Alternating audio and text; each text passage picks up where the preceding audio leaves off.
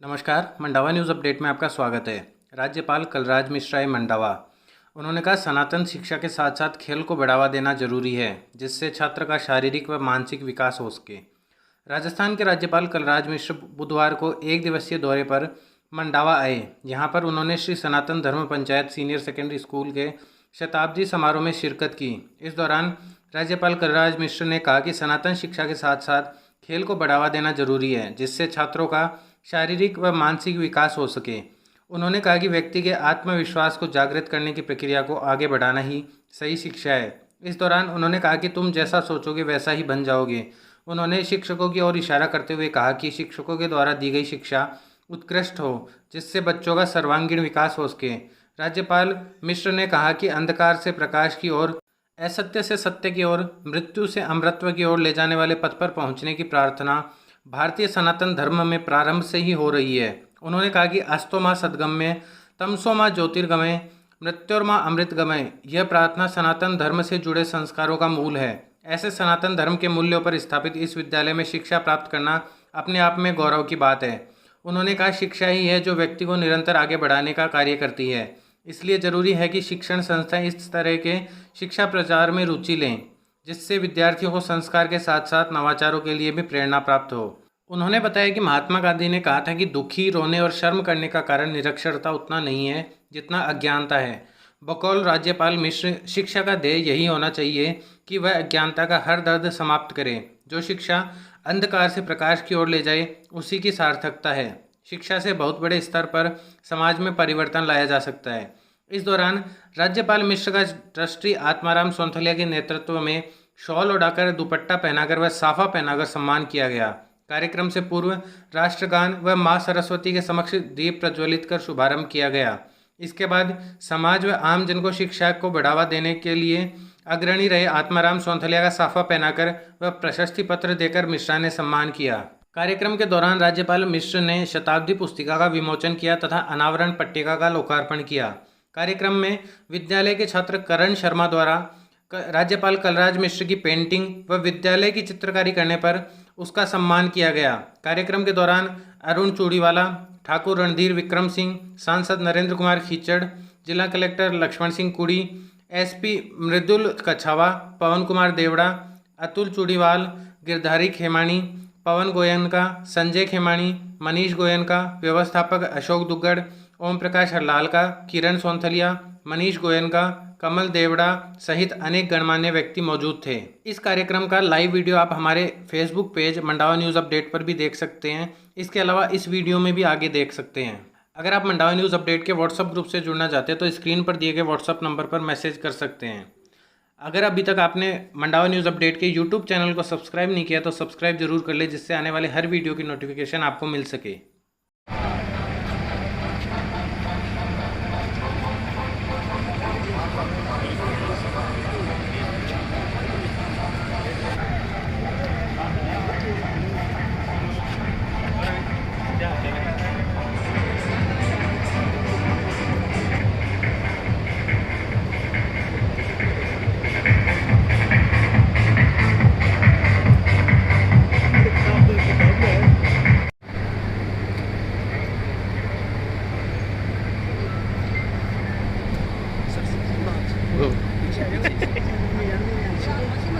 Protocol के हिसाब से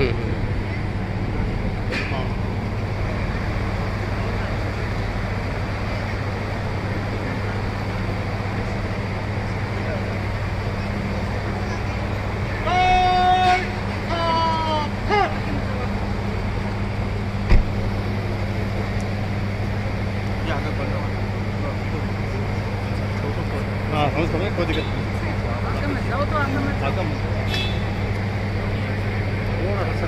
थोड़ा सा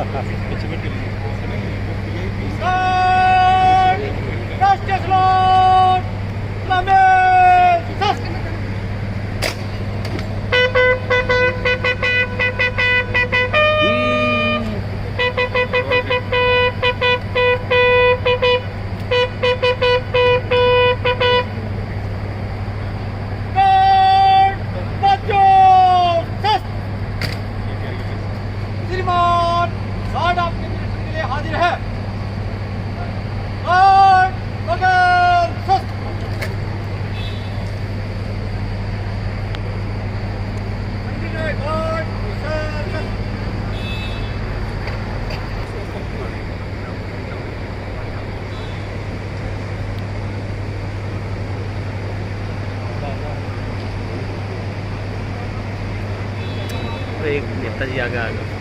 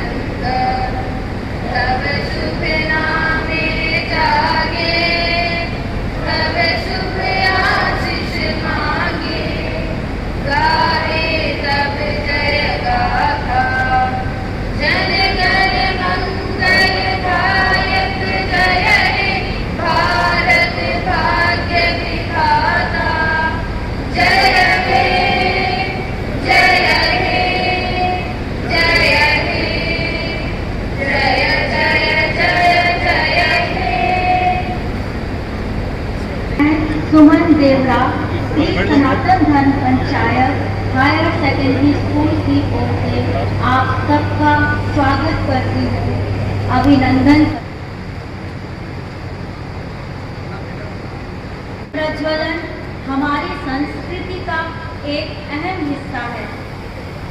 दीप ज्योति परम ज्योति, दीप ज्योतिर्जनार्दनम्, दीपो हरतु मे पापम्, दीप ज्योतिर नमोस्तुते, दीप ज्योतिर नमोस्तुते। दीप पूरे वातावरण को सकारात्मक ऊर्जा से भर देता है।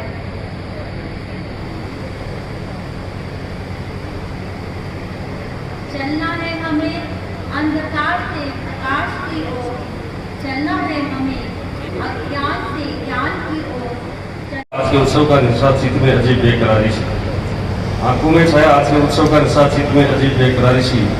आपकी उपस्थिति हमारे बीच में लगती है भरी और प्यारी सी। आप यहाँ आए हमारे राजस्थान के मंडावा विधानसभा क्षेत्र में, तो सभी की ओर से आपका हार्दिक स्वागत करता हूँ, अभिनंदन करता हूँ।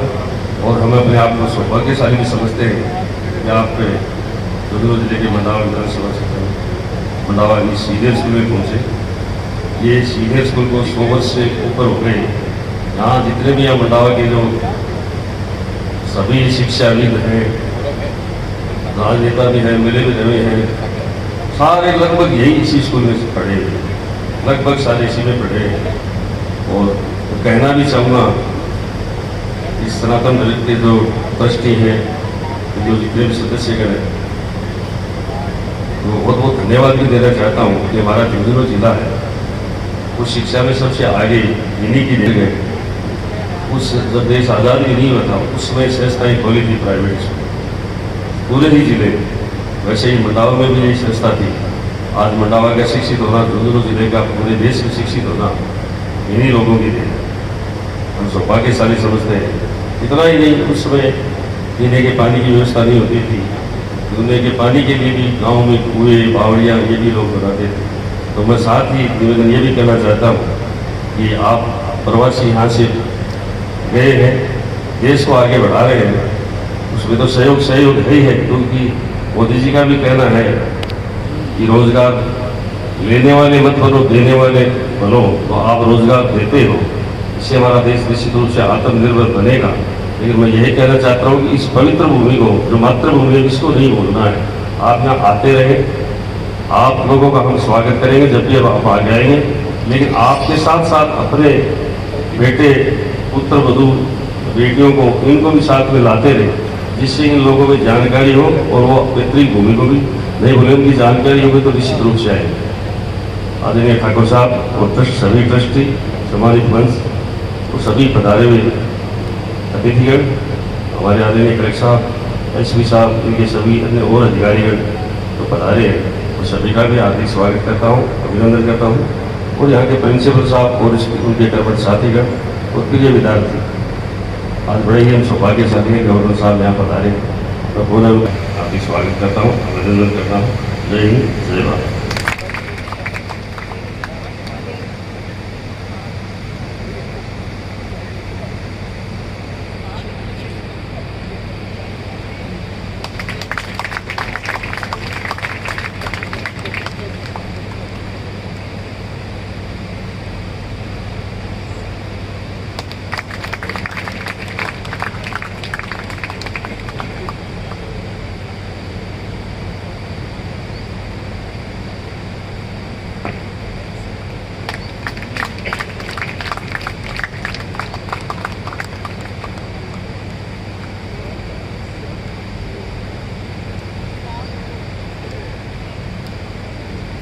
श्री आत्माराम जी कौशल्या को प्रशस्ति पत्र भेंट कर रहे हैं।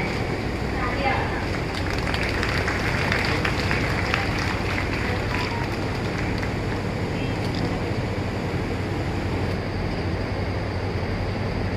सनातन Panchayat senior secondary school Mandawa के शताब्दी महोत्सव कार्यक्रम में उपस्थित सांसद श्री नरेंद्र कुमार खीचड़ जी, श्री अतुल जोड़ी रावत जी, अध्यक्ष विद्यालय ट्रस्ट, श्री रणधीर विक्रम सिंह जी, प्रारंभिक भूखंडदाता, श्री आत्माराम संतालिया, अध्यक्ष शताब्दी आयोजन समिति, श्री पवन देवड़ा जी, सचिव स्कूल कार्यकारिणी समिति, यहाँ उपस्थित सभी सम्मानित महानुभाव, बहनों भाइयों, यहाँ सभी छात्र छात्राओं, हमारे पत्रकार मित्रों, छायाकार मित्रों, सनातन धर्म पंचायत सीनियर सेकेंडरी स्कूल के इस शताब्दी महोत्सव में आप सभी के साथ यहाँ उपस्थित होकर मुझे अत्यंत प्रसन्नता की अनुभूति हुई। आजादी से भी पहले स्थापित आपका यह विद्यालय शताब्दी समारोह मना रहा है, यह बहुत ही सुखद है। मैं इस अवसर पर इस शिक्षण संस्थान की नींव रहे महामानव को नमन करते हुए इसके निर्माण और विकास से जुड़े सभी व्यक्तियों का अभिनंदन करता हूँ। विशेष रूप से आत्माराम जी संतालिया का, जिनको अभी मैंने प्रशस्ति पत्र भी उनको प्रदान किया, और हमारे एक मित्र ने उनके बारे में पूरा विस्तार से बताया है। उनका सामाजिक जीवन बड़ा ही श्रेष्ठ जीवन है, इसे उनका मैं अभिनंदन करता हूँ, उनको वंदन करता हूँ। शेखावटी क्षेत्र खामा गाँव की तरह यहाँ की हवेलियों का स्थापत्य और शिल्प अत्यधिक अनुपम है। मांडावा ऐतिहासिक दृष्टि से बहुत ही महत्वपूर्ण स्थान है। इस स्थान पर सनातन मूल्यों से जुड़ी पाठशाला की कल्पना और निरंतर उसका विकास बहुत ही महत्वपूर्ण है। सनातन का अर्थ ही होता है शाश्वत, जो नित्य बना रहता है। इसका न आदि है न अंत है। शिक्षा को इसलिए मैं सनातन कहता हूँ कि वह कभी पूर्ण नहीं होती। व्यक्ति जीवन पर्यंत भी सीखे तो वह कब बढ़ता है, लगातार सीखने की प्रक्रिया विद्यमान रहती है। हिंदू धर्म को भी इसीलिए सनातन कहा गया है। यह धर्म नहीं संस्कृति है। निरंतर मानवीय गुणों को सिखाने वाला विश्व का यह एकमात्र धर्म है जो वसुधैव कुटुंबकम की संस्कृति में विश्वास करता है। हमारे यहाँ धर्म की प्रार्थना भी जो है वह सर्वत्र सबके कल्याण से जुड़ी हुई है। सर्वे भवन्तु सुखिनः, सर्वे सन्तु निरामयाः, सर्वे भद्राणि पश्यन्तु मा कश्चित् अथा ओम शांति शांति शांति। असल में यह लोक कल्याण धरती पर रहने वाले सभी प्राणियों के मंगल से जुड़ा है। यही सनातन धर्म का आदर्श है। संपूर्ण विश्व का कल्याण हो, हे भगवान हमें ऐसा वर्ग सोचिए, ऐसी दृष्टि किसी और धर्म में नहीं दिखते हैं। इसीलिए सनातन धर्म शाश्वत है, देश के उत्तान जीवन मूल्यों पर जोर है। मैं मानता हूँ भारत में संस्कृत से समझ के चिंतन का आधार है मनुष्य और प्रकृति के बीच संबंधों का सूक्ष्म विवेचन कहीं है तो भारतीय संस्कृति नहीं है। मैंने निरंतर अनुभव किया है कि हिंदू संस्कृति इसलिए सनातन है कि वहां संतुलन और समन्वय पर सदा जोर दिया जाता रहा है। व्यक्तिगत जीवन हो या फिर सामाजिक जीवन, जब संतुलन और पारस्परिक समन्वय बिगड़ता है तो सब कुछ बिगड़ जाता है। व्यक्ति और समाज के मध्य संतुलन न रहे तो सामाजिक ढांचा चरमरा जाएगा। चलेंगे संस्कार क्या है? समाज द्वारा धारण किए गए यह मूल्य ही तो है जो पथ हमें अंधकार से प्रकाश की ओर ले जाए, जो असत्य से सत्य की ओर गमन करने वाला मार्ग हो और जो मृत्यु से अमृत की ओर ले जाने की ओर हमें प्रेरित करता है। उसी आलोक पथ पर पहुंचने की भी प्रार्थना भारतीय सनातन धर्म में आरंभ से ही हो रही है। कहा गया है अस्तो मां सत्य में, तमसो मां ज्योतिर्गमय, मृत्यु मां अमृतगमय। यह प्रार्थना सनातन धर्म से जुड़े संस्कारों का मूल है। ऐसे सनातन धर्म के मूल्यों पर स्थापित इस विद्यालय में शिक्षा प्राप्त करना भी अपने आप में गौरव की बात है। शताब्दी समारोह के अंतर्गत मेरी अपेक्षा थी कि जो भी नैतिक मूल्य की स्थापना जिस तरह के सनातन धर्म के अंतर्गत वर्णित है उसका आचार और व्यवहार में शिक्षक और विद्यार्थी छात्र और छात्राएं लाने का प्रयत्न करते हैं तो मैं समझता हूँ इस विद्यालय का नाम सचमुच व्यवहारिक स्वरूप धारण कर पाएगा और मुझे विश्वास है कि इसी प्राप्त हो।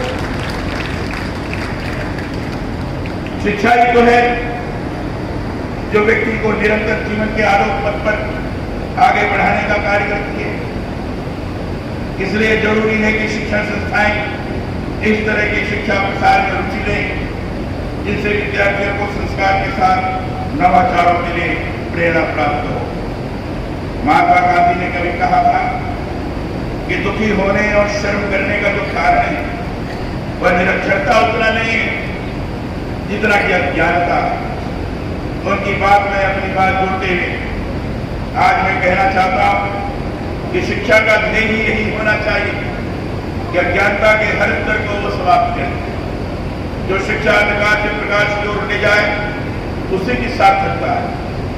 मैं यह मानता हूं शिक्षा के सार्थक मूल्यों के जरिए ही बहुत बड़े स्तर पर समाज में परिवर्तन लाया जा सकता है। शिक्षा का मानवीय पक्ष अगर ढंग से विचार किया जाए तो जहां पुस्तकीय ज्ञान में प्राप्त होता है, शिक्षकों के द्वारा जहां पढ़ाई होती है, वहीं परोक्ष रूप से विद्यार्थियों को जो संस्कार पढ़ते हैं वो भी बड़े मूल्यवान होते हैं और वह संस्कार नैतिकता युक्त होनी चाहिए।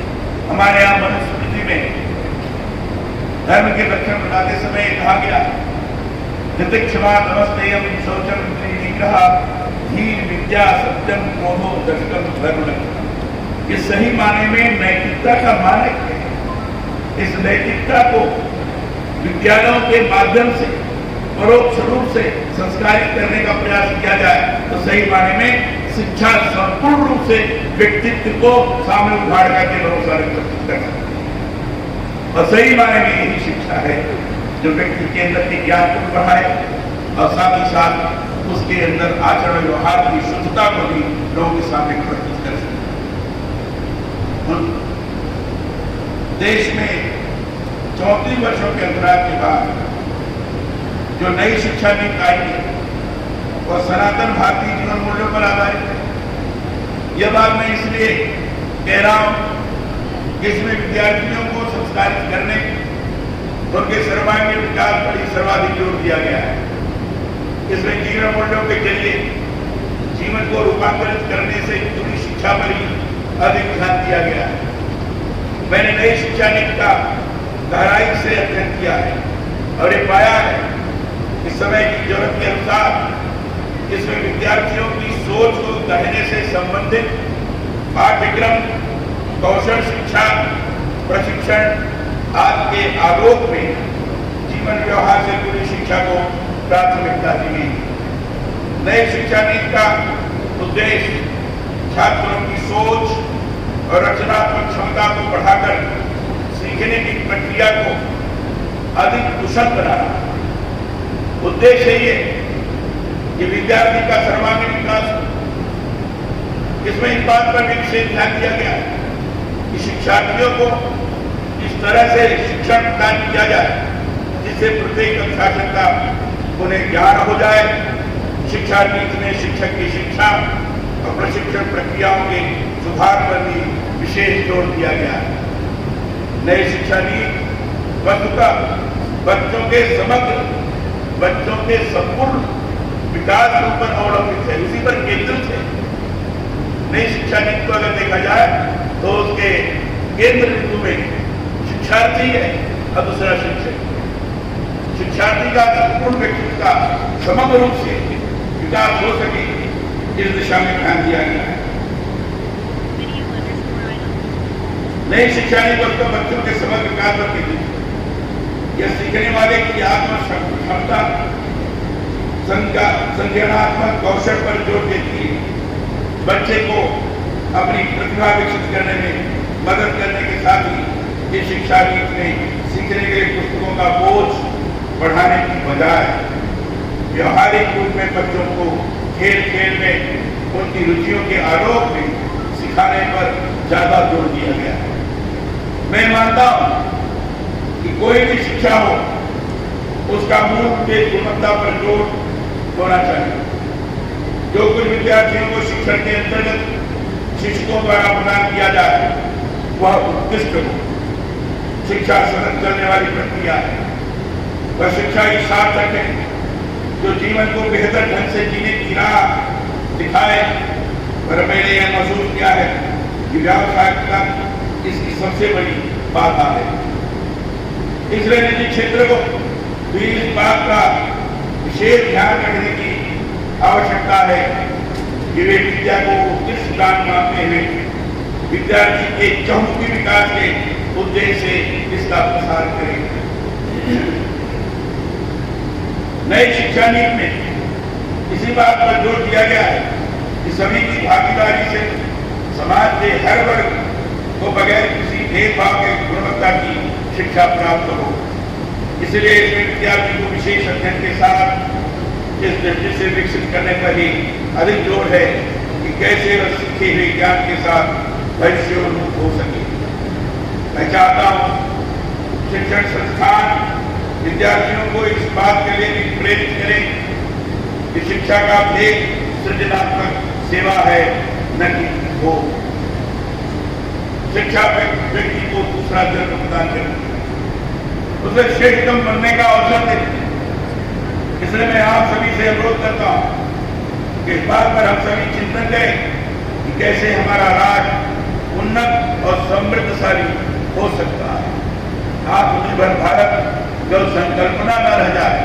आत्मनिर्भर भारत शिक्षा के माध्यम से जो भी कौशल विकास हमारे जीवन के अंतर्गत प्राप्त हुआ है उसके अनुरूप हम बनाने का प्रयास करें, तब कहा जा सकेगा कि आत्मनिर्भर भारत ये संकल्पना नहीं है, इसको व्यवहारिक स्वरूप प्रदान करने का एक अच्छा खासा अवसर है।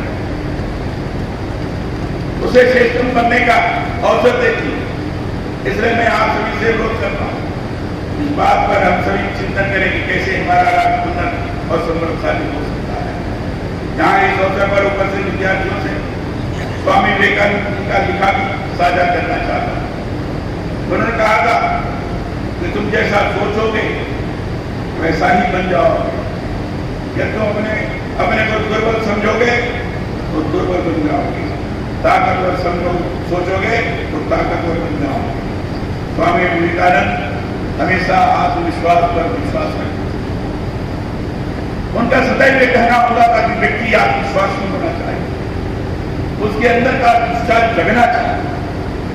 और जो शिक्षा के बारे में जो उन्होंने समय समय पर अपने उद्गार व्यक्त किए, उस उद्गार के अंतर्गत उन्होंने कहा है कि व्यक्ति के अंदर के आत्मविश्वास को जागृत करने की प्रक्रिया को लगातार आगे बढ़ाना सही मायने में यही शिक्षा है, यही शिक्षा की सफलता है। और आत्मविश्वास अगर जागृत होता है वही व्यक्ति के अंदर अनंत शक्ति का जागरण करता है।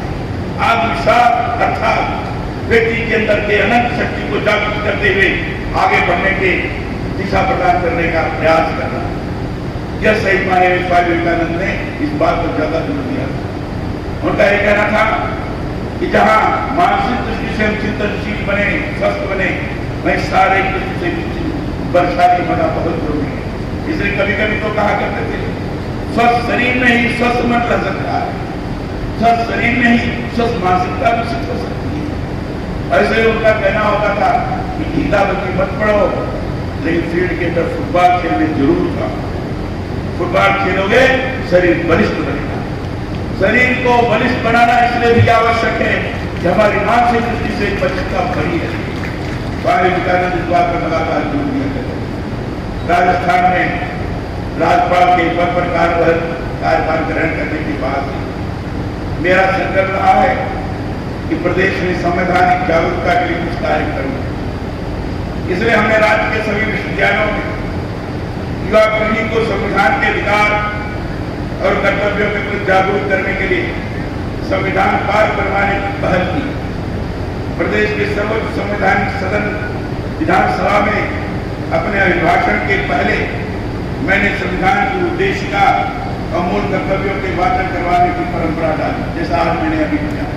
कार्यक्रम के पहले मैंने संविधान की उद्देशिका, संविधान क्या मूल भाव क्या है, अगर संविधान के उद्देशिका को आप ढंग से पढ़ना है, एक एक शब्द पर ध्यान रखें तो सही माने में वही संविधान का मूल भाव होता है।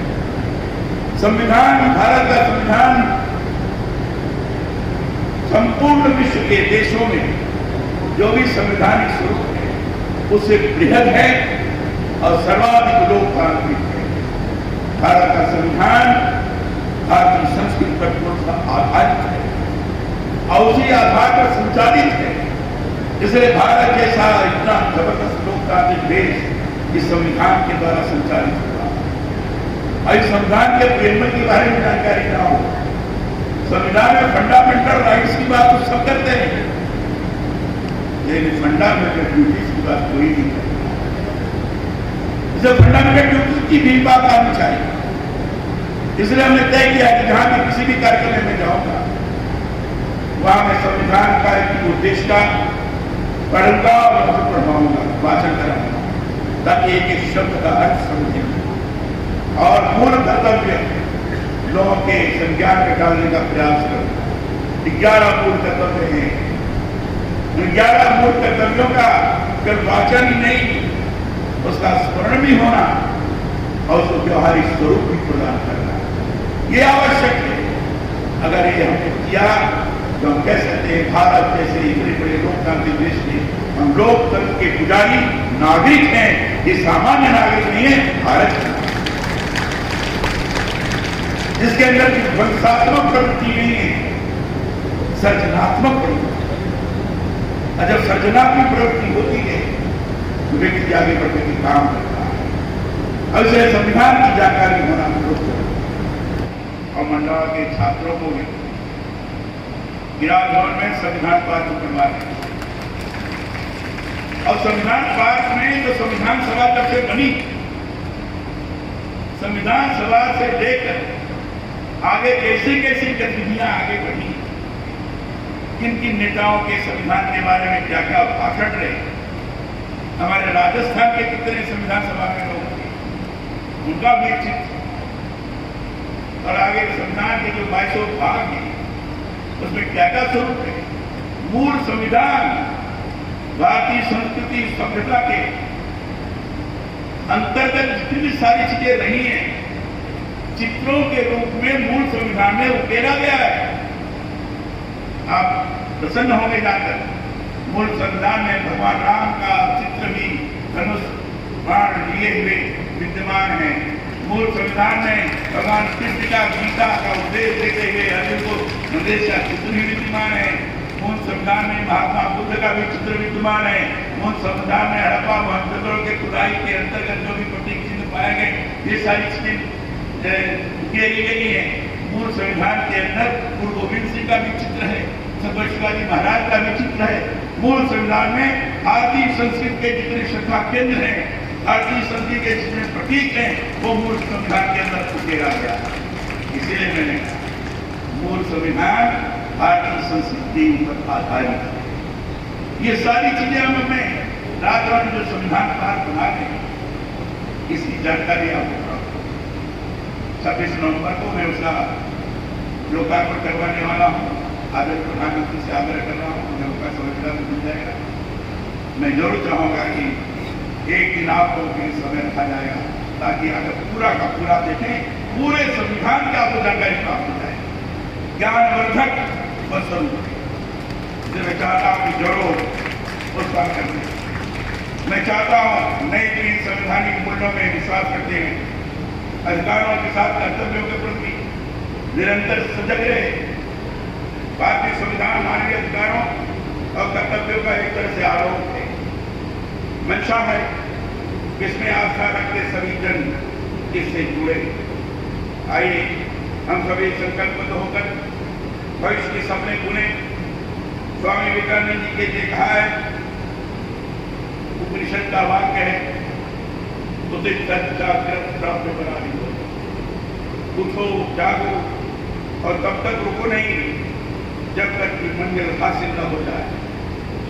उनके इस कहे को अपने जीवन का ध्येय बनाए और यहाँ के विद्यालय के छात्रों से विशेष अपेक्षा है, क्योंकि बड़ी अच्छी सात्विक प्रवृत्ति के आधार पर इस विद्यालय की नींव डाली गई और उसी को ध्यान में रखकर इस विद्यालय का नाम भी रखा गया है।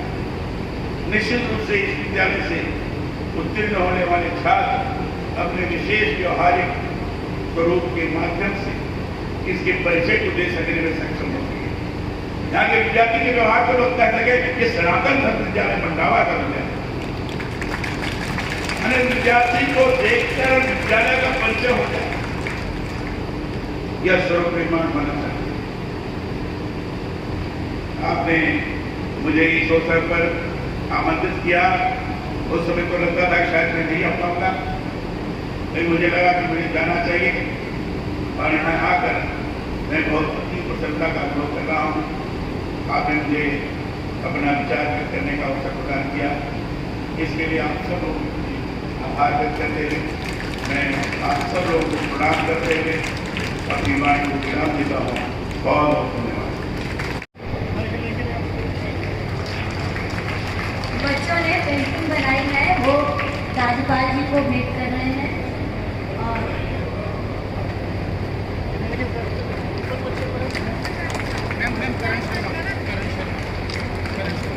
करण शर्मा, बच्चे का नाम है करण शर्मा।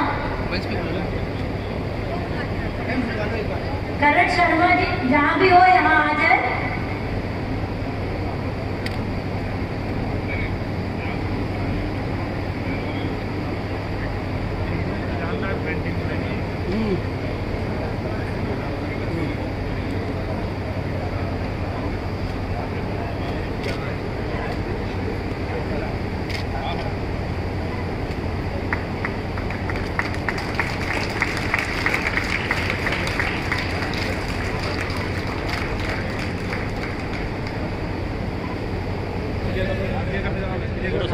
आओ साइड में आओ।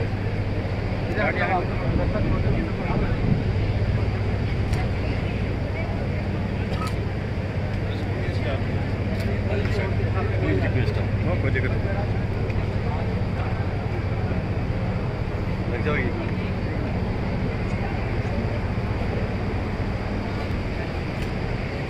पट्टी का खड़ा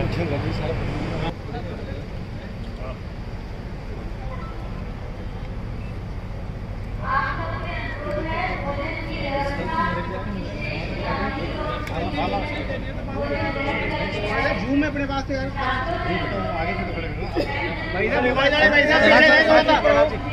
भैया भैया पीछे पाठक जी थोड़ा सा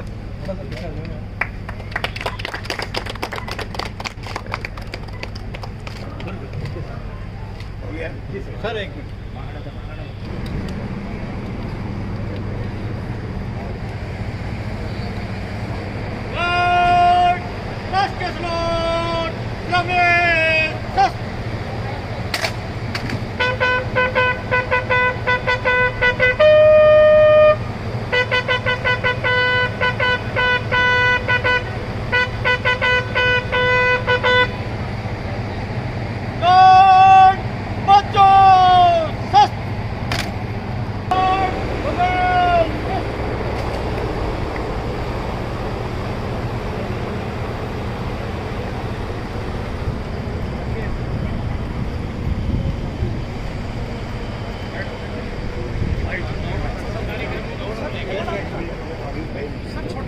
अभी इधर साइड में वही करो बातें जब बाइट देगा फिर बाद में खत्म करता है उसी में ले लो।